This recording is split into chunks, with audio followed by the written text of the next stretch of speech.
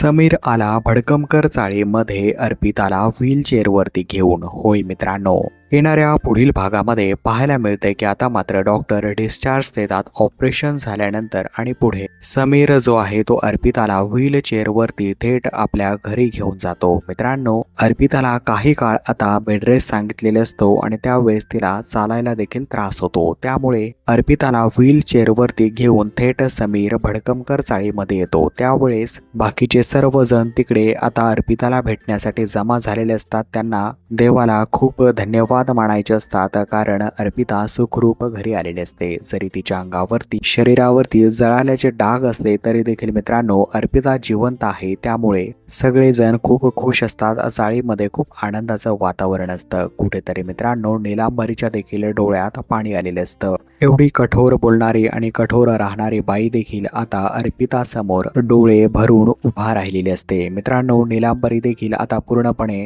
अर्पिताची साथ पुढील भागांमध्ये देताना पाहायला मिळते। तर येणाऱ्या पुढील भागात आणखी काय होतंय मित्रांनो पाहणं खरंच इंटरेस्टिंग असणार आहे। पुढील भाग पाहण्यासाठी तुम्ही नक्कीच चॅनलला सबस्क्राईब करा, सोबतच बेल आयकॉन दाबायला विसरू नका मित्रांनो।